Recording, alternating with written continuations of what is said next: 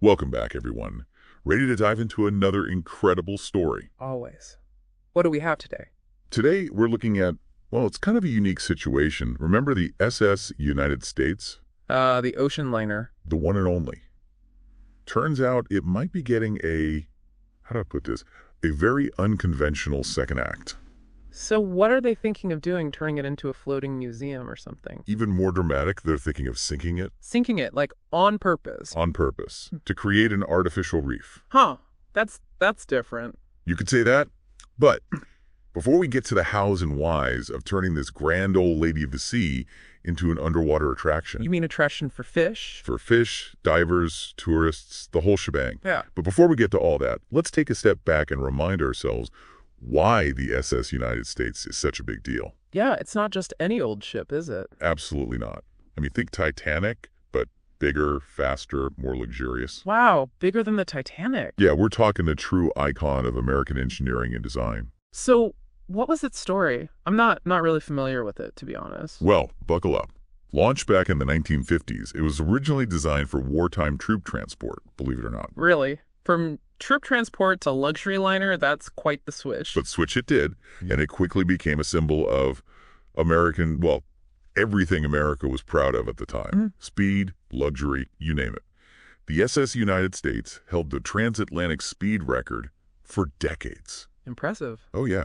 And it wasn't just about speed, it was the epitome of luxury. The who's who of the 20th century traveled on this ship. We're talking John F. Kennedy, Walt Disney, royalty, movie stars. You name a celebrity, they probably sailed on the SS United States. So it was the place to be seen back then, huh? No question. But like so many things from that era, times changed. The jet age arrived, air travel became more affordable, and, well, the poor SS United States was sort of left behind. Sad, but I guess inevitable. Exactly. It's kind of bittersweet. Yeah. Changed hands a few times, trying to find a niche, but ultimately was abandoned in 1996. 1996. Wow. That's a long time for a ship that grand to just sit idle. It is, and it's been sitting there, basically rusting away in Philadelphia ever since. Until enter Destin Fort Walton Beach, Florida. Destin. So what's their plan exactly? They swooped in, bought the ship for, get this, over $10 million. $10 million for a, well, let's be honest, a pretty rusty ship. Well, they're not buying it for scrap metal. They're buying it to sink it off their Yeah. coast and turn it into an artificial reef. Bold move. But why? Why go through all that trouble? Couldn't they just, build a reef from scratch? That's a good question. I mean, wouldn't any old pile of junk at the bottom of the ocean work? Well, not exactly. You see, artificial reefs need to be structurally sound. To attract marine life. Yes. They need to provide a foundation for coral, algae, all those things that form the base of a healthy ecosystem. Think of it like building an apartment complex for fish. An underwater apartment complex. I love that analogy. It's pretty apt, right? Now, a pile of junk might attract some critters, but the SS United States, with its size and complexity, it could support a massive, diverse ecosystem. So bigger is better in this case. Exactly. It's all about surface area, nooks and crannies. The more the merrier for all sorts of marine life. Okay, that makes sense. But, and I hate to play devil's advocate here, what about the environmental impact of sinking such a huge ship? Isn't there some risk involved? Of course, there are always risks with any large-scale project, but Okaloosa County is taking this very seriously. They're not just going to dump it in the ocean and hope for the best. So they're doing their homework first. Absolutely. They're conducting environmental impact studies, working with marine biologists and engineers. They're removing any hazardous materials that could pose a threat to the environment. And remember, they've invested millions. They want to make sure this is a success story, not an environmental disaster. Right, they're not going to just throw away $10 million. Exactly. And they're not the first ones to do this, by the way. Really? Other countries have sunk ships for reefs. Yeah. Places like Australia and the UK have been doing this for years with some pretty impressive results. Old warships, aircraft carriers, they've all been transformed into thriving underwater habitats. Oh, so there's precedent for this kind of project. Yep.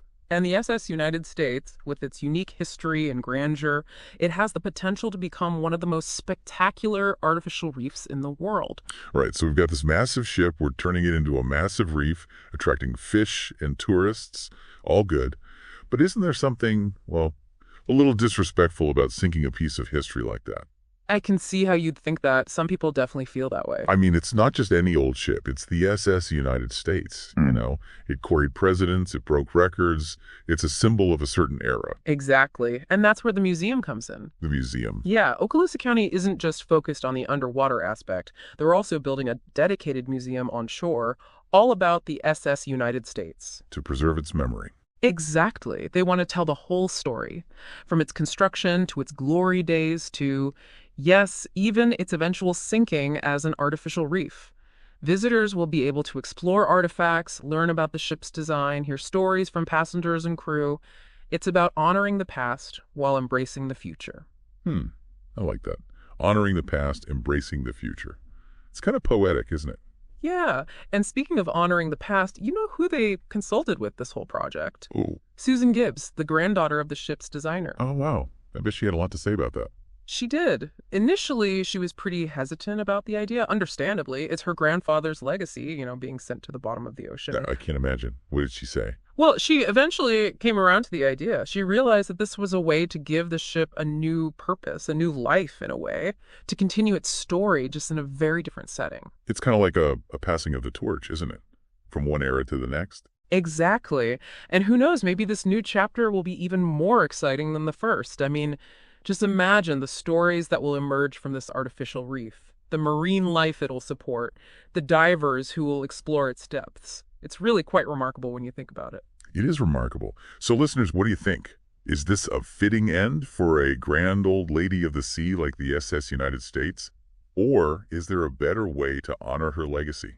Let us know your thoughts. And just one final fun fact for you all. The wreck of the Titanic, remember, it's become an artificial reef too, albeit unintentionally. Oh, wow. I didn't know that. So it seems like the SS United States is in good company down there. Exactly. From luxury liner to underwater haven, it's a story that keeps on evolving. Well said. And on that note, we'll wrap up this deep dive. Thanks for joining us, and until next time, keep exploring.